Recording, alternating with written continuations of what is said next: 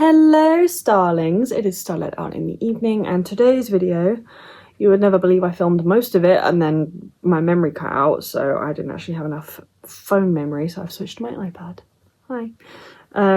Today's video is going to be what it is like to work with the Fae, and I've got some notes. I'll be doing different videos for like what's it like to work with the Fae, what's it like to work with the Mer, what's it like to work with the dragons. They're all very, very specific, kind of like different beings within my personal craft, so I would kind of like to separate them out like that. That would be a lot easier for me to explain. Excuse me. My first point, I've got some little notes points so we don't derail too far. My first point is a reminder that every person will have different experiences with every single being. Each being is as individual as people are. So for example, if we were to connect with the Fae of this particular aloe vera plant right here, it's going to be a different experience for you than it would be for me. So if we had the same friend, for example, like the conversations we have with them, the time that we spend with them, the interactions that we have with them will all be different, completely different. And that's okay, you know, that's how we learn from each other, that's how we grow. Sharing those experiences is how we improve as people, as witches, as pagans, as whatever religion or beliefs you subscribe to. We just improve as people as the more people we connect with, you know, and we do our best to actually understand. I feel like that's a key point. And every single being that you work with will be as individual as you are. Like, everyone has their uniqueness, everyone has their eccentricities. There is nothing wrong with that. That's okay. It's how it's supposed to be, you know. Point number 2, depending on the energies, the Fae can be very intense, so they are definitely not for beginners. I've been saying this for the entirety of my channel. There are certain Fae that they will tend towards the friendlier side, but again, every single being is individual, and I could actually make a video on like what Fae or what beings in general would be kind of like beginner friendly to work with. If you want that video, let me know in the comments down below. But yeah, Fae in general can be very, very intense energy, and I would say it's not for beginners, personally. Sorry. Because, leading on to my next point, you need to learn the rules, the etiquette for respect and safety before even attempting to work with them. I feel like I'm gonna sneeze. I'm leaving that in there. We keep things raw on this channel. Yeah, so you need to learn the rules, the etiquette, the expectations the Fae have when you work with them. So, for example, if you do a meditation in the Fae realm and you go to a party of some kind, don't eat the food, don't drink the drink, don't do none of the dancing, because there are mythologies about wandering souls and trapped spirits in the Fae realm and them stealing your name and your soul. Like, be very, very careful. They are within mythology for a reason, is what I'm trying to say. So do your research, as when you work with any beings, doing your research is the first step, because then you actually know more about them to be able to research them, to see if you even want to work with them. That would be a good point. So make sure that you know, like, for your own safety and respect, because, leading on to my next point, every being can be nice or vicious depending on how you treat them. So if you are nasty to like a person, they're probably going to be nasty back. They match your energy.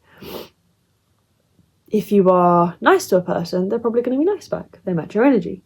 They are very, very much the same. They are,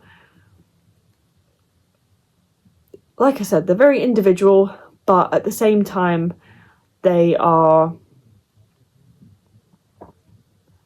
a tendency to hold grudges if they're slighted. So if you, like, especially if you learn the Fae rules and the etiquette and the safety points and stuff like that, and then you purposefully go out of your way to ignore them, expect your entire bloodline to be haunted by Fae beings that are trying to continuously trick you and make your life a living hell. If you know the Fae rules and the customs and things like that, and you do your best to adhere to them when you're working with them, they will probably bless you in your entire line, and they will, I don't know, I'm not going to say they have the power to make you rich forever, but they might. You never know, depends on which fae you connect with. I haven't personally connected with that one, but here's hoping. So basically be nice to them. Don't intentionally be an asshole, and even unintentionally, like, that's why I say do your research to know exactly what you're getting into before you work with them. That is the point. Yep, leading on to my next point. They are easily offended and hold grudges. Don't anger them. They can be very spiteful.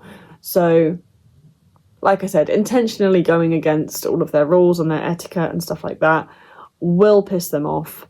They will hold grudges, and they will probably do their utmost to make your life a living hell.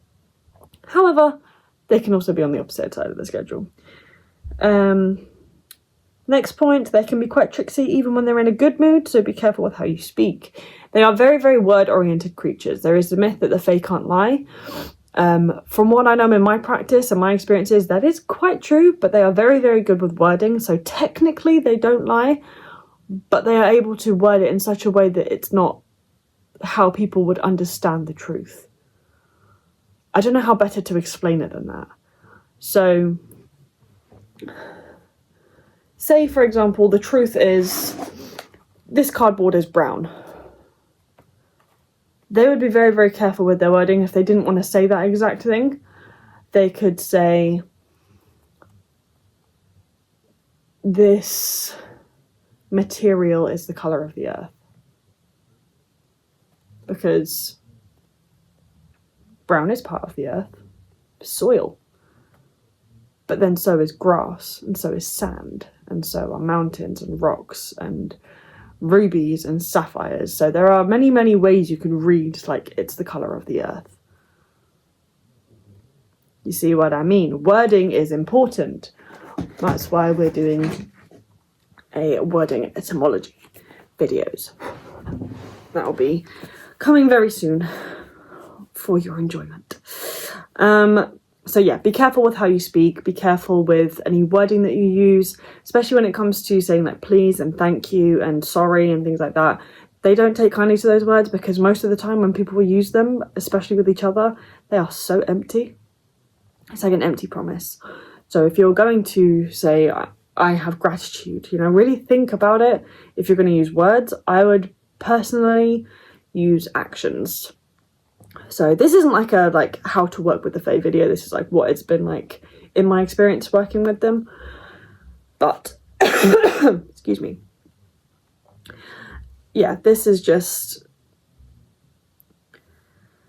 I've had some very, very good and very bad experiences with working with the fae. It would depend on which one I connected with, how I treated them. So I'm basically giving you a bit of a heads up and a bit of a warning.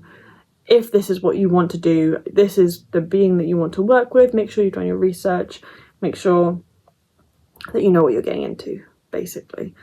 So my experience is both good and bad. I suppose a good experience will start, actually no, let's start with a bad experience. We'll finish on a good note. I remember I was on the moors with my mum and my stepdad, and I managed to very, very briefly connect with a few of the little fae. They kind of felt like sprites, to be honest. They were very small, very playful, but for some reason I angered them. I basically couldn't find a job. So I was working with an agency, and whatever I didn't work, I didn't get paid. And whenever I went to go and do something financially, I was losing loads of money. And every time something got cancelled or something got withdrawn or I got given an offer and then it got taken away, I felt like I heard them giggling. It was that same kind of energy that I'd felt on the moors. And I heard them giggling and I was like, okay, I pissed you off, now you're fucking with me, okay. So they can do stuff like that. They tend to. I very much felt that energy when those things happen. So I kind of, within my soul, I know it was them.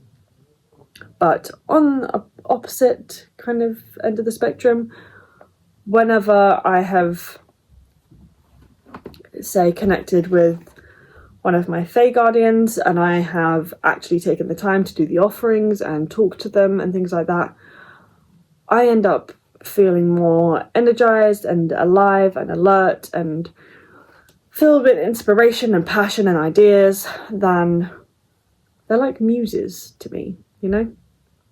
So I feel like that all gets boosted whenever I'm actually like actively trying to connect with these beings, and I'm being respectful and positive towards myself and them. So yeah, that's just kind of like my experience working with the Fae, how like some of the things that I've learned over the years, many years of working with them.